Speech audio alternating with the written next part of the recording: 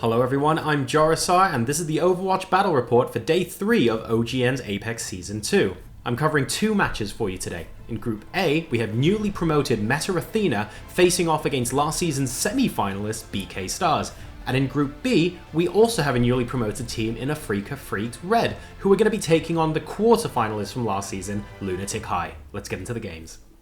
Meta Athena vs BK Stars started on Nepal, where passive play from Meta allowed BK to capture and hold for 90% before Hoon finally claimed the point, thanks to a well-placed Graviton and the full weight of his team following up. Meta Athena matched the percentage but couldn't prevent an overtime capture, even with 4 ultimates available, as BK Stars regained control and won Ruins. Meta then started Lighthouse in the opposite way. Running as a team into the brawl directly on the point, they took the first capture and pushed into the reinforcements of BK, taking the fight to the street, with Sayaplayer earning a triple pulse bomb kill and forcing the regroup. With Bunny fragging away, BK flipped the point but had to hold it for the full 100%, and Libero had different ideas. He got a D.Va bomb 4K, wiping out the BK Stars defense and winning the point. BK Stars then got off to a good start on well, capturing and holding until just under 50%, where Sayaplayer and the rest of Meta Athena flipped the point.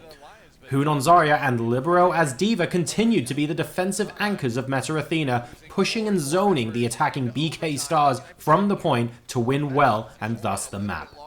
On to Hollywood now. With BK Stars starting on the offense, early pushes went from bad to worse, and Hoon's Graviton was the only ultimate Athena needed to completely repel the offense. With only 2 minutes left, BK were looking to avoid being fully held on point A, but had to face off against 5 ultimates. The next pushes caused Meta to spend their bank of ultimates, but it also allowed Hoon to build his Graviton right back up. Now with only a minute left, BK Stars had just 1 chance left. Hoon met them head-on, charging into the attackers to catch 4 opponents in his Graviton. With the help of Nuss's biotic grenade, the attackers had no survivability and didn't even make it past the choke point, let alone the capture point. In one last desperate charge, BK rushed through the security room, but Sayaplayer's whole hog and a nano-boosted Hoon didn't even allow them to trigger overtime. Meta Athena's push onto point A was explosive as Libero on Hanzo got hit after hit, and ended on a double kill to claim point A and map number 2. Meta Athena were now 2-0 up. Our third map was Temple of Anubis, where in the opening round, BK Stars started their turnaround by making quick work of point A, largely due to Bunny on Tracer.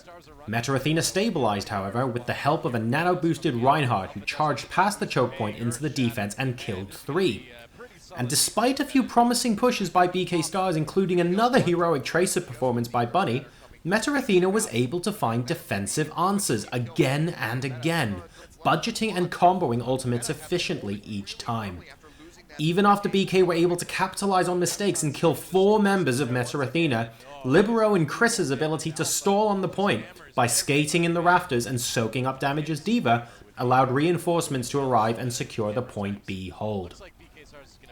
On the other side, although initial attempts were held off, BK Stars finally cracked under pressure from Hoon's Zarya and his high-powered Graviton. Bunny again went down fighting and took out 2 with a pulse bomb, but fell short as BK lost point A. Meta Athena attempted to keep the momentum as they surged onto point B. Things were looking in their favor as they got initial kills and capture progressed to the halfway point. Bernar and Carpe combined for a Graviton D.Va bomb, and BK Stars finally had a moment to catch their breath. Another close call for BK, though, came as Alpha earth-shattered onto the point, killing both of BK's support players, Prove and Twinkl. The close spawns, though, allowed Bunny to showcase his Tracer skills once again and push out the defenders one by one to force a best-of-1 King of the Hill tiebreaker on Oasis to decide the map winner. However, on Oasis from beginning to end, Meta Athena controlled, dominated, and refused to give an inch to BK Stars. In an absolutely ravaging display, Sayaplayer and Nuss dismantled their opponents and utilized the high ground well to orchestrate teamfight win after teamfight win, which gave Meta Athena an impressive 3-0 victory over last season's semi-finalists. Our second match of the day featured Lunatic-Hai doing battle against Afreeca Freecs Red. It started on Lijiang Tower, where with little resistance, Lunatic-Hai took the first cap and began the process of defending multiple back-to-back attempts by budgeting their ultimates smartly.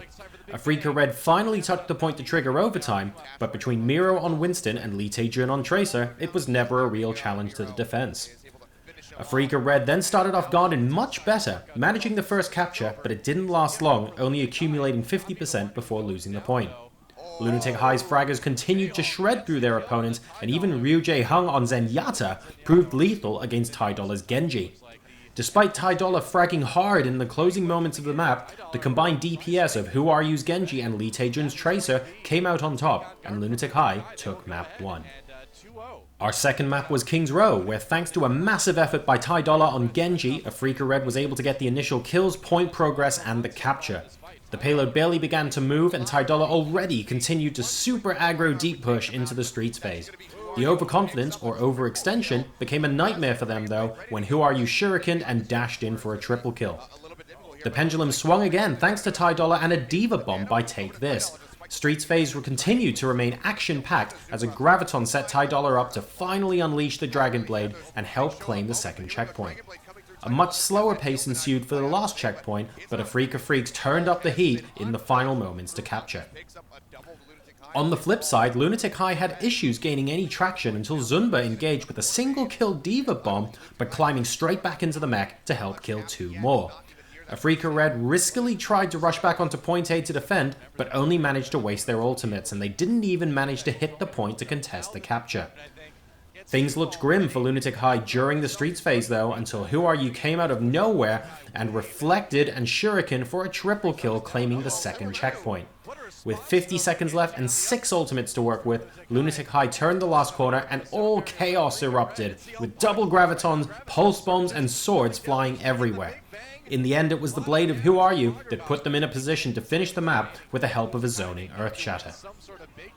During the second round, Lunatic-Hai defended easily and turned their focus to their own offensive attempt. They only needed to capture point A to win the map, and chose to go with a dive composition, which paid off big, getting the kills on point they needed to scatter Afreeca Freecs and win King's Row. Our third destination was Volskaya Industries, where Afreeca Freecs Red quickly claimed point A and tried to transition onto point B. It wasn't until the first tick of control was captured that Lunatic-Hai was able to regroup and stabilize off the back of Leetaejun's tactical visor. Lunatic-Hai continued to shut down each attempt by Afreeca to gain progress. They flexed but didn't break time and time again, pushing out the attackers and staggering spawns, including the incredibly extended stagger kill on Takethis' Diva, which prevented Afreeca Freecs from mounting a final push in the closing moments. Lunatic-Hai's offense couldn't have started better for them, as WhoRU snagged 3 kills and Afreeca Freecs' defensive Sombra strategy fell flat.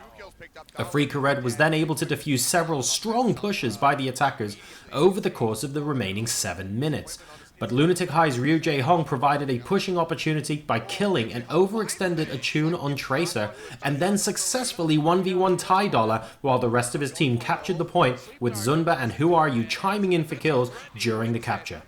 That concluded the match, with Lunatic-Hai posting an impressive 3-0 against the newly promoted team. And that's the battle report for Day 3 of OGN's APEX Season 2. To watch the next video, click here, and to subscribe to the channel, click here. Thanks for your likes and comments on the video in the meantime, and I'll see you soon.